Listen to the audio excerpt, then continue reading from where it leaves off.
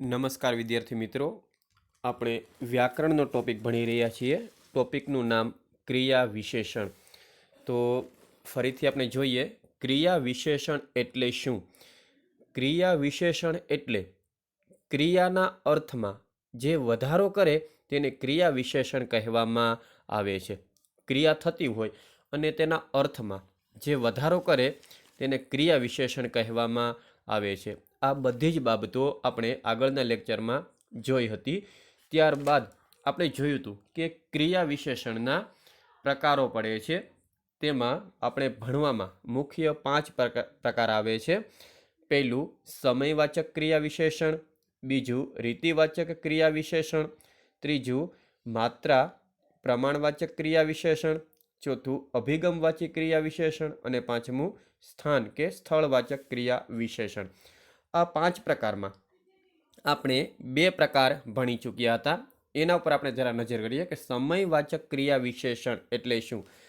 એટલે કે જે ક્રિયા વિશેષણમાં સમયનો બોધ થતો હોય ત્યારે સમયવાચક ક્રિયા વિશેષણ બને છે અને તેના શબ્દો પણ આપણે જોયા હતા. ત્યારબાદ બીજું હતું રીતિવાચક ક્રિયા વિશેષણ.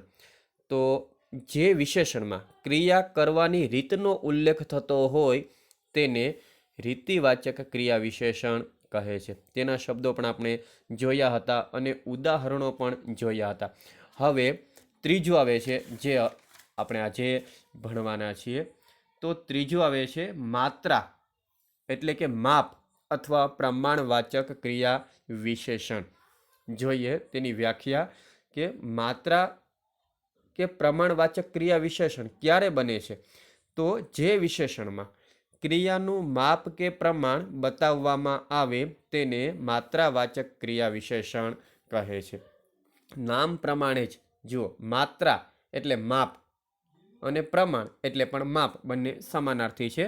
તો જે વિશેષણમાં ક્રિયા હોય અને ક્રિયાનું માપ, તેનું પ્રમાણ કેટલું છે, વધારે છે, આ છે, એનું જે માપ બતાવવામાં આવે, તેનું પ્રમાણ બતાવવામાં આવે તેને માત્રાવાચક ક્રિયા વિશેષણ કહે છે.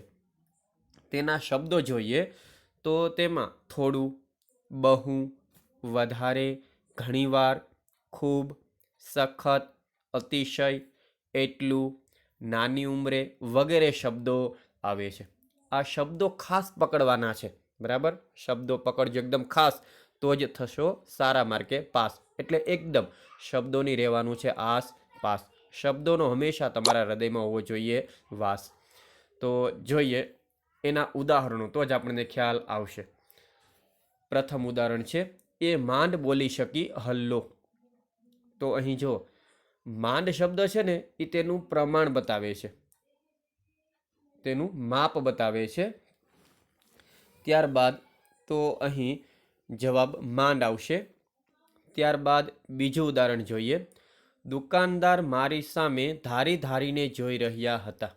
છત્રીપાઠનું ઉદાહરણ છે. તો અહીં ધારી ધારીને તે તેનું માપ છે. ત્યારબાદ ત્રીજું જોઈએ, ઘર આસાનીથી મળી ગયું. તો અહીં આસાનીથી તે તેનું પ્રમાણ, માત્રા બતાવે છે. ત્યારબાદ જોઈએ, વરસાદ એક ધારો પડવા માંડ્યો. તો એક ધારો તે માત્રાવાચક ક્રિયા વિશેષણ છે.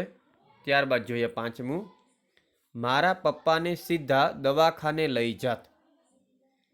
તો અહીં સીધા આ શબ્દ માત્રા કે પ્રમાણવાચક ક્રિયા વિશેષણ બતાવે છે. છઠ્ઠું, વિદ્યાર્થીએ ઝડપથી જવાબ લખ્યો. તો ઝડપથી આ તેનું માપ કે પ્રમાણ બતાવે છે. ત્યારબાદ આગળ જોઈએ તો હવે આવે છે ચોથું, અભિગમવાચી અથવા તેને સંભાવનાવાચક ક્રિયા વિશેષણ પણ કહેવામાં આવે છે. તો જોઈએ અભિગમવાચી ક્રિયા વિશેષણ ક્યારે બને છે. તો એનું મેં ખૂબ સરસ ઉદાહરણ દ્વારા આપણે સમજવાનું છે કે ઘણીવાર વક્તા બોલનાર વાક્યમાં ક્રિયા સંદર્ભે પોતાનો અભિગમ, પોતાની વૃત્તિ કે મિજાજ જેવો અર્થ પણ ઉમેરે છે. જો વક્તા બોલતો હોય ને ત્યારે પોતાની વૃત્તિ કાંક જણાવે છે, પોતાનો અભિગમ, પોતાનો મત તેમાં જણાવે છે. જેમ કે જો બે ઉદાહરણો છે. હવે નહીં જોઈએ અ છે અને બીજું બમાં બસ હવે નહીં જોઈએ. બે વાક્યો આપેલા છે. અહીં વાક્ય અમાં જે કહેવાયું છે તે જ બમાં કહેવાયું છે. જો વાત એક જ છે, એમાં જે કહેવાયું છે તે જ બમાં કહેવાયું છે, પણ બમાં વક્તાનો અભિગમ ઉમેરાયો છે. તો આ અભિગમ પણ ક્રિયા સાથે સંકળાય છે. આમ અભિગમ દર્શાવનાર ઘટક અભિગમવાચી ક્રિયા વિશેષણ તરીકે ઓળખાય છે. તો સમજાણું? અભિગમ એટલે કે પોતાનો અભિગમ બતાવો, પોતાની વૃત્તિ જણાવવી. હવે જોઈએ તેમાં શબ્દો. તો જેમાં બસ, કદાચ, ચોક્કસ, ભલે, ખરેખર, જરૂર, અવશ્ય, ખચિત વગેરે શબ્દો આવે છે. આ શબ્દો જ તમારે પકડવાના છે. ગમે તે ઉદાહરણ પૂછાય અને આ શબ્દ આવે એટલે તમારે એ શબ્દ પકડી અને સીધું અભિગમવાચી ક્રિયા વિશેષણ. હવે જોઈએ તેમાં ઉદાહરણો. તો પ્રથમ ઉદાહરણ છે, લોકો બસ ખાધે રાખે છે, પીધે રાખે છે અને જીવ્યે રાખે છે. વાયરલ ઇન્ફેક્શન પાઠનું ઉદાહરણ છે, તેની પંક્તિ છે. તો અહીં જુઓ, ક્રિયા વિશેષણ તરીકે બસ અને જેનો પ્રકાર છે અભિગમવાચી ક્રિયા વિશેષણ. તો અહીં અભિગમ બતાવે છે, એનો મત બતાવે છે. બીજું જોઈએ, એ લોકો કદાચ રસ્તો ભૂલી ગયા હશે. ચોથો પાઠ છે, ભૂલી ગયા પછી પાઠનું છે. અને હા, આ પાઠ ભલે આપણા અભ્યાસક્રમમાં નથી, પણ વ્યાકરણ છે તે ગમે ત્યાંથી પૂછાઈ શકે. એટલે વ્યાકરણની દ્રષ્ટિએ જેટલા પાઠ અભ્યાસક્રમમાંથી નીકળી ગયા છે, પાઠ વયે કાવ્ય, તે વ્યાકરણની દ્રષ્ટિએ યાદ રાખવા. તો અહીં એ લોકો કદાચ રસ્તો ભૂલી ગયા હશે, તેમાં કદાચ શબ્દ અભિગમ બતાવે છે, એટલે અભિગમવાચી ક્રિયા વિશેષણ છે. ત્રીજું જોઈએ, મામાના નરેનભાઈ ચોક્કસ કવિ થવાના. આ ઉદાહરણ પણ ભૂલી ગયા પછી પાઠનું છે. તો અહીં ચોક્કસ આ શબ્દ પણ અભિગમ બતાવે છે, એટલે અભિગમવાચી ક્રિયા વિશેષણ થશે. ત્યારબાદ ચોથું જોઈએ, બધા ભલે ગમે તે કહે પણ છત્રી લેવા રાજકોટ તો શું, રશિયા જવું પડે તો પણ જવું, એવો મારો દ્રઢ મત હતો. તો અહીં ભલે તેણે પોતાનો મત બતાવ્યો છે, અભિગમ બતાવ્યો છે, એટલે અભિગમવાચી ક્રિયા વિશેષણવાળો શબ્દ ભલે. પાંચમું જોઈએ, છત્રી પર નામ સરનામું લખવાનો ઉપાય ખરેખર કારગત નીવડ્યો. તો અહીં ખરેખર તે શબ્દ અભિગમ બતાવે છે. તો આ રીતે વિદ્યાર્થી મિત્રો, ઉદાહરણ પૂછાય તો તમારે તે શબ્દ પકડી અને નીચે શબ્દ લખવાનો અને તેનો પ્રકાર જણાવવાનો. ત્યારબાદ હવે આવે છે પાંચમો પ્રકાર, સ્થાન અથવા સ્થળવાચક ક્રિયા વિશેષણ. એકદમ સરળ છે.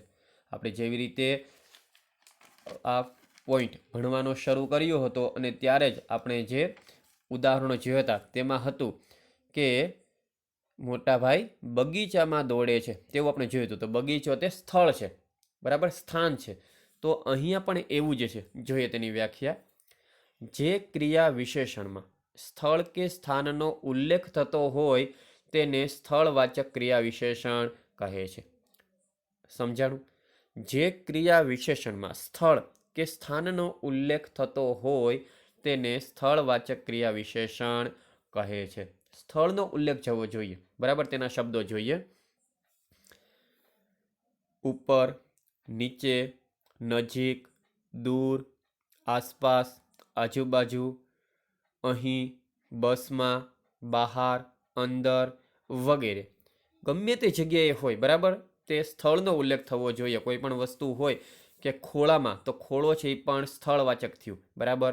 પછી બેડ ઉપર હોય, ઘરમાં હોય, દૂર હોય, નજીક હોય, આજુબાજુ હોય, આ બધું જ સ્થાનવાચક ક્રિયા વિશેષણોના શબ્દો છે. તો જોઈએ તેના ઉદાહરણો. પહેલું ઉદાહરણ છે, એણે આજુબાજુ નજર કરી. જો ક્રિયા વિશેષણ બતાવે છે આજુબાજુ, અને આજુબાજુ છે તે સ્થળ છે. આપણે નજર કરીએ તો ક્યાં આજુબાજુમાં નજર કરતા હોઈએ છીએ ને, તો આજુબાજુ તે સ્થળવાચક ક્રિયા વિશેષણ છે. બીજું જોઈએ, દેવકીના ખોળામાં બાળક રૂપે તેજપુંજ ઝૂલવા લાગ્યું. અહીં જુઓ, ખોળામાં તે સ્થાનને બતાવે છે, એટલે ક્રિયા વિશેષણ ખોળામાં.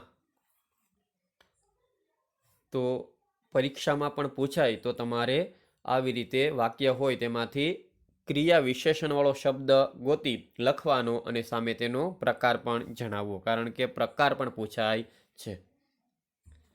ત્રીજું જોઈએ, ઘડિયાળનો મોટો તથા નાનો કાંટો એકબીજાની નજીક આવવા લાગ્યા. આ પણ જન્મોત્સવ પાઠનું જ ઉદાહરણ છે.